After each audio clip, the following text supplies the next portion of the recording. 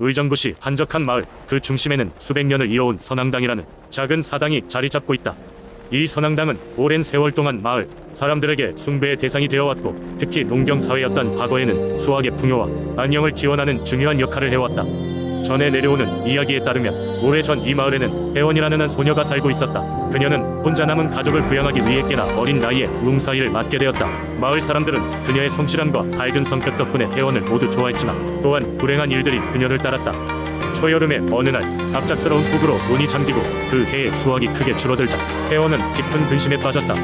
그녀는 어느 날 밤잠을 이루지 못하고 선앙당으로 향했다. 조용히 사당 앞에서 무릎을 꿇고 눈물을 흘리며 신에게 도움을 간청했다.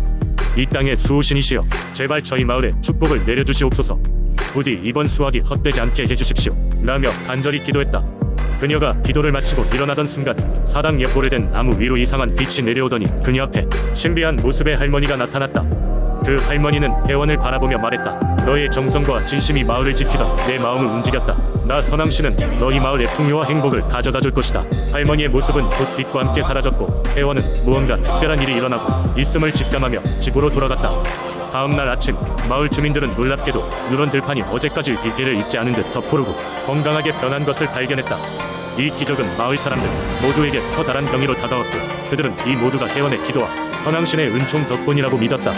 그해 의정부 마을은 풍년을 맞이했다.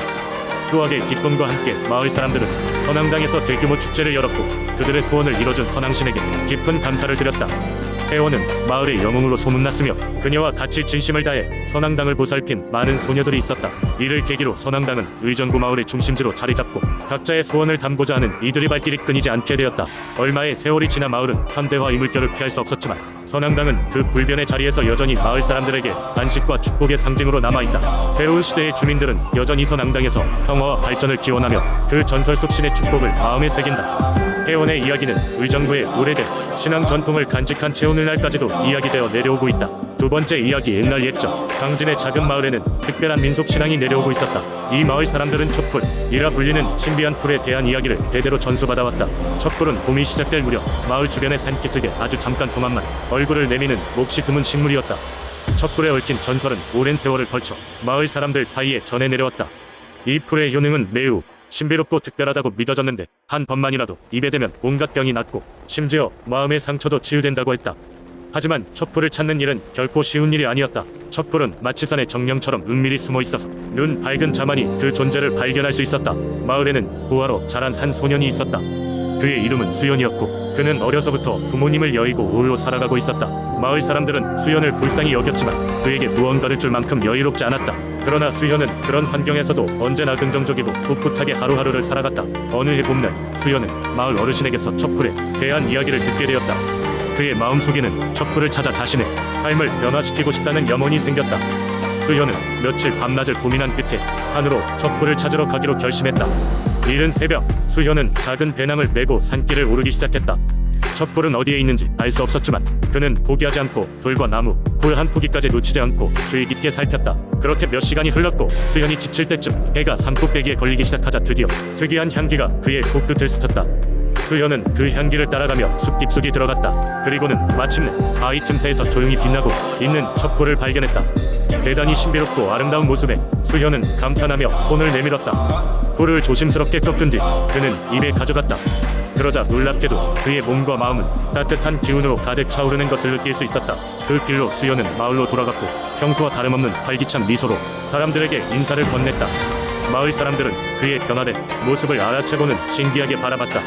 수연은 촛불을 발견한 일이나 그로 인한 놀라운 변화에 대해 아무에게도 이야기하지 않았다. 다만 그는 매년 봄이 되면 변함없이 산에 오른다는 소문만이 전해졌을 뿐이다. 수연의 이야기는 곧 마을을 넘어 강진 전역으로 퍼져나갔다. 사람들은 그의 이야기를 통해 희망을 얻었고 서로 힘이 되어주는 따스한 마을 공동체로 거듭나게 되었다. 그런 강진은 오늘날에도 여전히 따뜻한 마음을 간직한 채 전통과 민속신앙을 소중히 여기고 있다. 이렇게 촛불과 관련된 이야기는 강진의 정신을 이어주는 중요한 전설로 남아있다.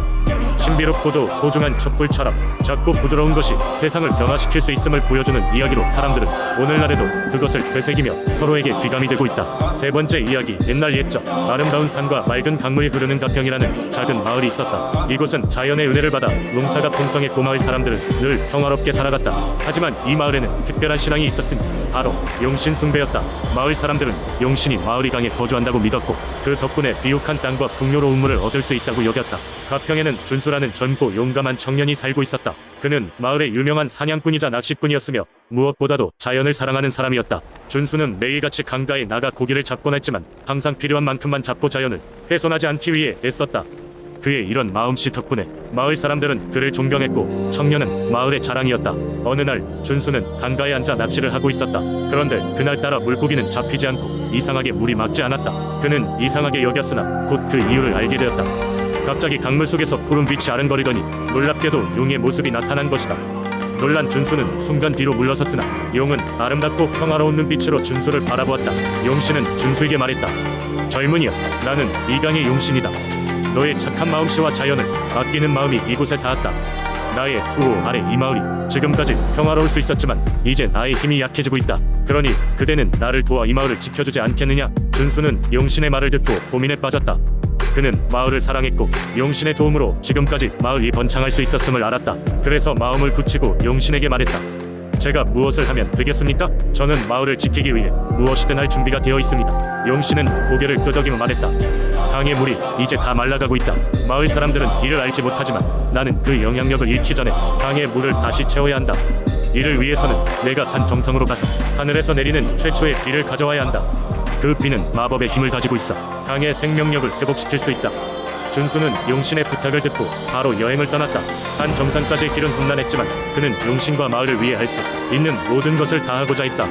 며칠 후 마침내 산 정상에 도착했을 때 준수는 하늘에서 오는 첫 빛방울을 손에 담았다. 그리고 그는 그것을 병에 담아 다시 마을로 향했다. 마을에 돌아온 준수는 바로 빗물을 강에 부었다. 그러자 신비롭게도 강은 다시 빠르게 맑아졌고 용신의 힘이 강물과 함께 깨어났다.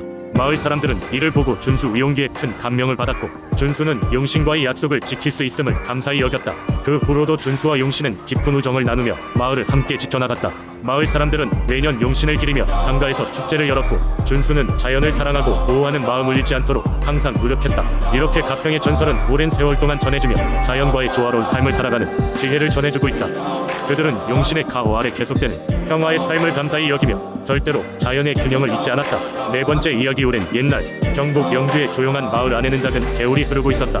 이 개울은 비록 크지 않았으나 마을의 주민들에게는 아주 중요한 자원이었다. 특히 농사철이 되면 이 물이 그 가치를 크게 발휘하여 주민들은 이 물을 이용해 농사를 짓고 생활의 터전을 마련할 수 있었다. 그런데 시간이 지나면서 점점 마을 사람들 사이에서는 이 개울에 관한 이상한 이야기가 떠도르기 시작했다. 마을 노인들은 말하기를 이 개울에는 물의 정령이 살고 있다고 했다. 정령은 사람의 눈에는 보이지 않지만 개울을 오가는 사람이나 짐승의 발걸음을 속삭임으로 전하곤 한다고 했다. 누군가 갑자기 실수로 물을 오염시키거나 개울을 막으면 그 사람의 꿈에 나타나 경고를 준다는 것이었다.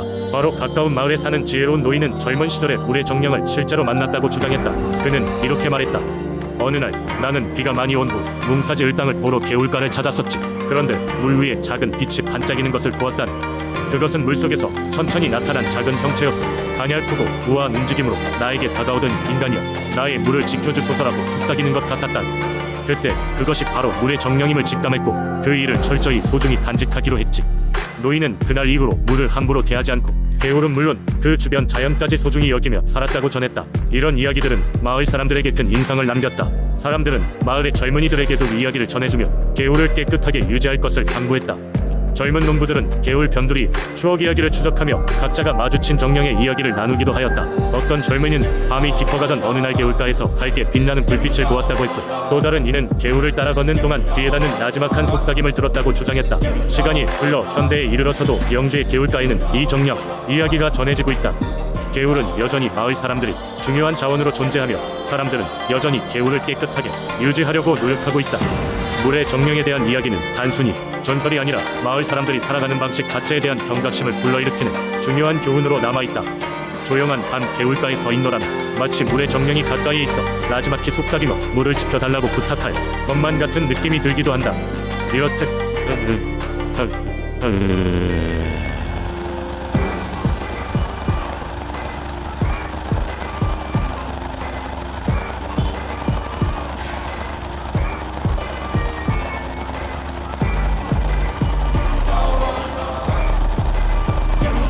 영주의 개울가와 그 물의 정령 이야기는 마을 사람들에게 자연과의 조화로운 삶을 상기시키며 그들의 삶을 보다 풍요롭게 하는 소중한 문화자산으로 여전히 깊숙이 자리 잡고 있다.